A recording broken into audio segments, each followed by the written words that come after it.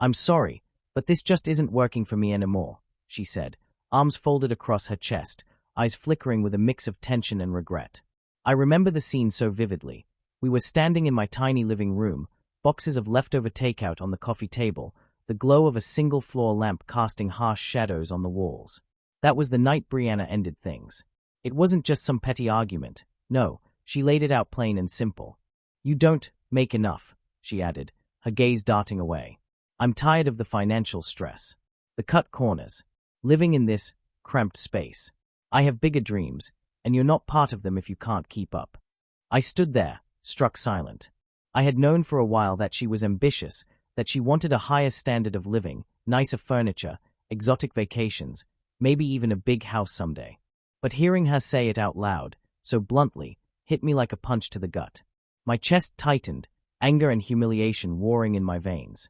I had a decent job in marketing at the time, but it wasn't raking in the big bucks. Still, I never thought my income was cause enough to end a relationship. What about everything else? I managed, voice catching in my throat. "We get along. We love each other, don't we?" Brianna's eyes flicked to the floor. "I'm sorry," she whispered, "but love doesn't pay the bills. And I want more." She grabbed her coat, murmured a goodbye, and left. Just like that.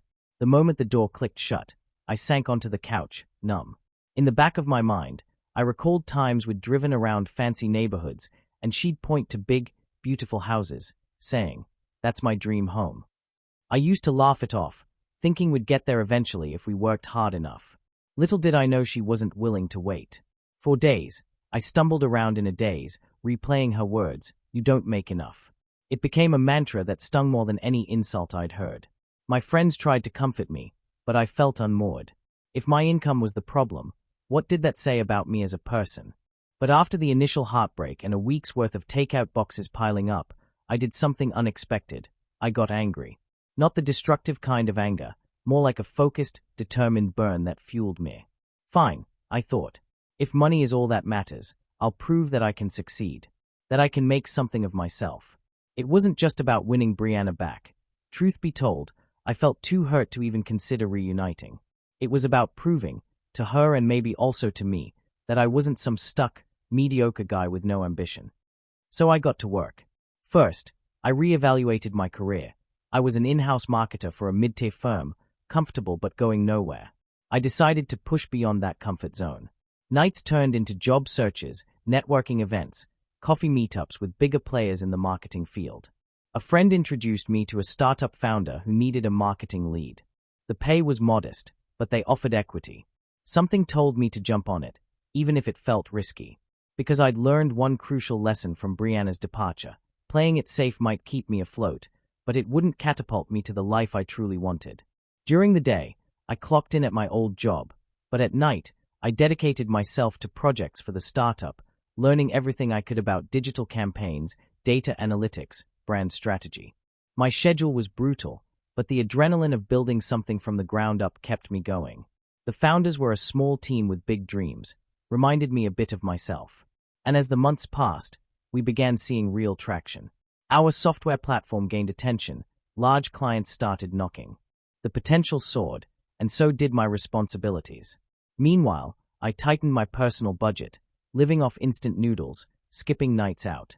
Every extra penny went into savings or investments. Some friends teased me, saying I was turning into a hermit. But I had a goal now. I wasn't going to let finances define my worth, but I wanted enough security, and maybe a dash of wealth, to never again hear you don't make enough from anyone.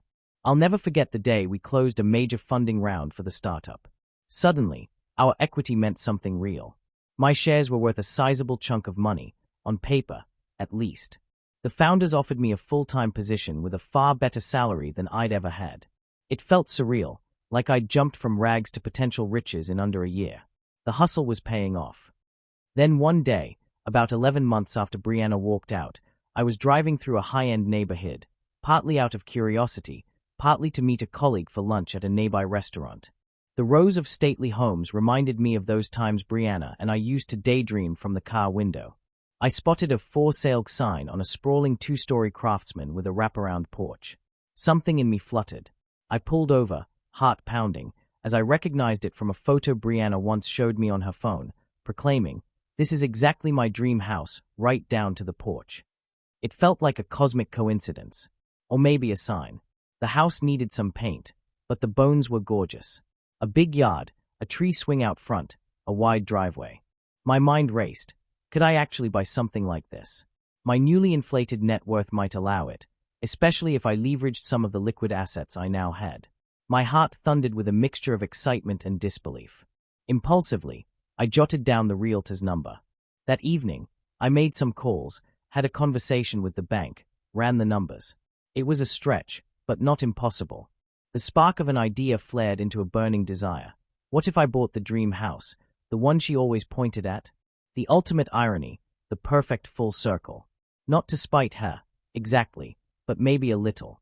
She'd left me for not being financially adequate. And in a year's time, I'd soared beyond what she ever imagined. The symbolism was too strong to ignore. Within a week, I toured the house in person. It needed cosmetic updates, but I was smitten. The living room had bay windows with a seat that overlooked a blossoming apple tree. The kitchen had a giant island perfect for entertaining. I pictured, for a moment, what it might be like to host friends or family here, to fill these spacious rooms with warmth and laughter. The thought made my chest buzz with excitement. The realtor informed me there were a couple of other interested parties, but I wasted no time. I put in an aggressive offer, pulling from my savings, carefully planning a mortgage that worked with my new salary. To my amazement, it was accepted. In that moment, I felt unstoppable. I owned the dream house. The one place Brianna always gushed about. The place she insisted I could never provide. The official closing took a few weeks, and by then, word got around my friend circle that I'd bought a big house. People were stunned. "Dude, didn't Brianna always say she wanted that place?" one buddy asked. I just grinned, refusing to confirm or deny. Then, exactly 1 year after the breakup, I was lugging in boxes, stepping over dropped cloths. I decided to paint the walls a fresh shade of pale gray. The sheer size of the home felt overwhelming, but also exhilarating. That evening, I collapsed onto the couch I'd just had delivered, letting the reality sink in. I was a homeowner, in a neighborhood I once considered way out of my league. The startup success played a huge part, sure, but so did my grit, my refusal to remain the underpaid, underappreciated version of myself. That weekend, I hosted a small housewarming gathering, just a handful of close friends. We grilled burgers in the backyard, sat on fold-out chairs. My friend Kayla teased me. "So, how's it feel to live in the place your ex drooled over?" I let out a laugh, flipping a patty. Honestly, it's surreal. Part of me wonders how she'd react if she knew I owned it now. But it's not about her, you know? It's about me claiming the life I want. Kayla raised an eyebrow. "Sure, keep telling yourself that," she teased, but with a knowing smirk. "No shame if part of you wants to rub it in her face a tiny bit." I shrugged, sipping from a soda can. Maybe a small part. But mostly, I'm just proud I turned a painful rejection into motivation. We toasted to that, the soft evening light casting long shadows across the yard. I felt a sense of peace, the ache of heartbreak replaced by a quiet confidence. I'm okay. I'm better than okay. Fate, however, has a way of stirring the pot. One afternoon, about a month into living there, I was outside fiddling with the porch landscaping, planting new flowers, trying not to kill them. A car slowed at the curb. I glanced up to see a familiar figure behind the wheel, Brianna. My heart kicked into overdrive. She was probably just passing through. Then she came to a full stop, eyes wide, mouth slightly open as if in disbelief. She recognized me. Or maybe she recognized the house. My mind flashed back to that day she scrolled through real estate listings, pointing at this exact place. Suddenly, I felt self-conscious, kneeling there with dirt on my hands, wearing old shorts. But also, triumphant. She rolled down the window. "Hey," she called out, her voice a cautious mix of surprise and wariness. "You live here now?" I stood, dusting my hands off, heart pounding. "Yeah," I said simply, stepping toward the sidewalk. "Just moved in recently." She blinked, glancing at the house, the porch, then back at me. "Wait, you own this place? The one on Pinecrest with the wraparound porch?" Her tone edged with disbelief. I forced a neutral expression, though inside I was practically shaking with adrenaline. "Yes, I bought it a few weeks ago. We had a chance at the startup that took off, so, yeah." Long story short, I can afford it now. Her eyes flickered with something, a swirl of shock, envy, maybe regret. She bit her lip. Wow, she said softly. You actually did it. She paused, then swallowed. Look, I'm sorry about how things ended. I felt a complicated mix of emotions. Part of me wanted to toss out a snarky comment. Not making enough now, am I? But I resisted. I guess we both moved on, I said instead, not unkindly. She glanced down, fiddling with her car keys. How's the job? Good, I replied, hooking my thumbs in my pockets. The startup's grown a ton. My role's bigger, the pay's bigger. I shrugged. I'm doing well. She nodded, eyes drifting over the front yard's fresh blooms. I'm happy for you, she managed, though the tension in her voice hinted at mixed feelings. Yeah, that's great. We stood there in awkward silence. A part of me wanted to rub it in, to remind her that she'd walked away because I didn't make enough. And now here I was, living in the very house she once labeled her dream. But as I looked at her face, I saw a flicker of sadness. I realized this moment might be punishing enough for her, seeing me thrive, seeing how swiftly fortunes can change. So I softened, deciding not to twist the knife. Thanks, I said gently. I appreciate it. So, how are you? She forced a faint smile. I'm okay. Doing some freelance design work, still trying to figure out my next step. I nodded. Another lull. Then she cleared her throat. Well, guess I'll let you get back to gardening. Congrats again. You deserve it, I guess. With that, she rolled the window back up, and her car pulled away. I watched her drive off, a swirl of victory and empathy in my gut. This was a moment of closure. She'd seen that I wasn't the man she pegged me to be, someone stuck, unable to provide for big dreams.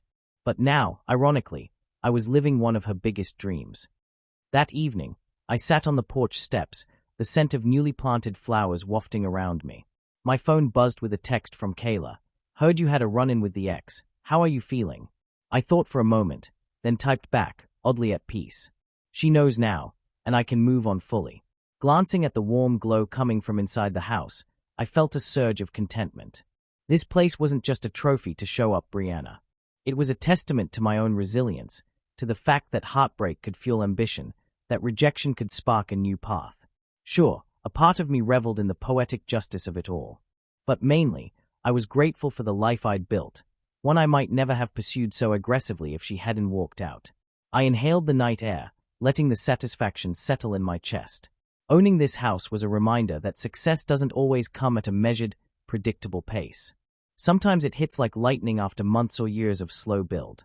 And ironically, the push came from the very person who doubted me most. Tomorrow, I'd have contractors coming by to discuss remodeling the old fireplace. Next month, maybe I'd host another barbecue or plan a game night with new co-workers. My future felt wide open, secure enough that finances weren't the overshadowing worry they once were. And as for Brianna, I hoped she'd find her own path, perhaps discovering that chasing money or short-term security isn't everything. Or maybe she'd simply learn not to judge someone solely by their bank account at one point in time. People can evolve, sometimes dramatically. I ran a hand along the porch railing, imagining how this place might look once I fully made it my own. For so long, not making enough had hung over me like a storm cloud. Now, it felt like a distant memory, replaced by a sense of pride and a dash of wonder at how life changes in the blink of an eye. Smiling to myself, I headed inside. The living room echoed slightly, still furnishing it. But it felt like home, a place that reflected the best version of me. The version that overcame heartbreak, poured energy into a passion, and staked a claim in the future. In the quiet hush of that big, old house, I felt a gentle reassurance. I'd turned a painful ending into a powerful new beginning.